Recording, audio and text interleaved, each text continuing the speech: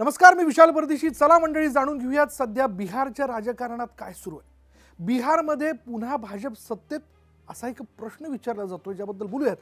महाराष्ट्रात गेल्या काही वर्षात झालेले राजकीय भूकंप तुम्ही पाहिलेत, पण आता तशाच प्रकारचं चित्र बिहारमध्ये दिसतंय।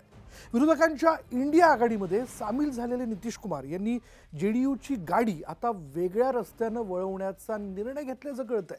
बिहारमध्ये सध्या मोठ्या राजकीय घडामोडी सुरू आहेत आणि मिळालेल्या माहितीनुसार नितीश कुमार भाजप सोबत सरकार स्थापन करण्याच्या तयारीत आहेत।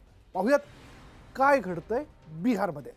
बरं, त्याचं असं आहे की 2 दिवसांपूर्वीच राहुल गांधींच्या यात्रेत सहभागी होणार नसल्याचं नितीश कुमारांनी स्पष्ट केलं होतं। त्याच वेळेस नितीश कुमार काहीतरी खेळी करणार याची कुणकुण बिहारच्या राजकीय वर्तुळात होती। सध्या आरजेडी सोबत नितीश कुमारांची युती आहे, पण आता भाजपच्या साथीनं पुन्हा एकदा नवं सरकार बनवण्याचा नितीश कुमार यांचा प्रयत्न आहे। त्यासाठी जनता दल आणि भाजपनंही आपल्या आमदारांना पटनामध्ये येण्याच्या सूचना दिल्या। आता बिहार विधानसभेत 243 सदस्य आहेत, तर बहुमताचा आकडा आहे, म्हणजे ज्याला आपण मॅजिक फिगर म्हणतो, तो आहे 122चा। लालू प्रसाद यादव यांच्या राष्ट्रीय जनता दलाकडे 78 आमदार आहेत, तर भाजपकडेही 78 आमदार आहेत। पण नितीश कुमारांनी आरजेडीशी युती केल्यानं भाजप सध्या विरोधकांच्या बाकावर आहे।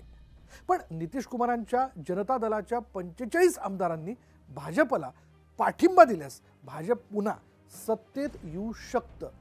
राजकारणात काही घडू शकतं। गेली 20 वर्ष नितीश कुमार वेगवेगळ्या पक्षांच्या साथीनं सत्तेत आहेत। 2005 पासून बिहारच्या मुख्यमंत्री पदावर नितीश कुमारच आहेत। याच नितीश कुमारांनी 2020 मध्ये भाजपची साथ सोडून लालूंच्या राजदशी म्हणजे राष्ट्रीय जनता दलाशी जवळीक साधली होती। पण गेल्या काही दिवसात नितीश आणि लालूंच्या पक्षातले मतभेद समोर आले।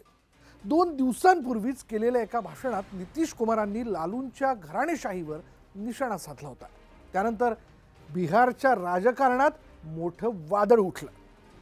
आता सूत्रांच्या माहितीनुसार बिहारमध्ये नितीश आणि भाजपचं सूत पुन्हा जुळण्याची शक्यता आहे। पण कधीकाळी भाजप सोबत पुन्हा कधीही जाणार नाही असं म्हणणारे नितीश कुमार आणि आपल्या पक्षात नितीश कुमारांना यापुढे स्थान नाही असं म्हणणारं भाजप कसं जुळवून घेणार हे पाहणं महत्त्वाचं ठरेल।